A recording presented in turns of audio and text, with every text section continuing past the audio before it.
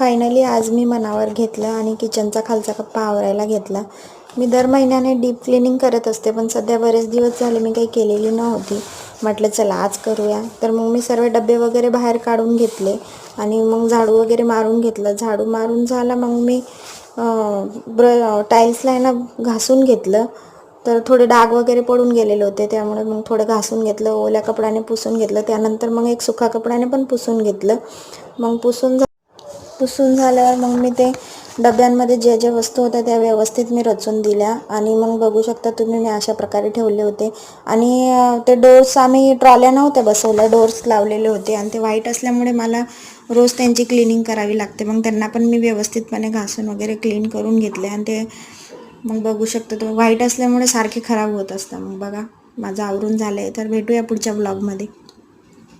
Bye.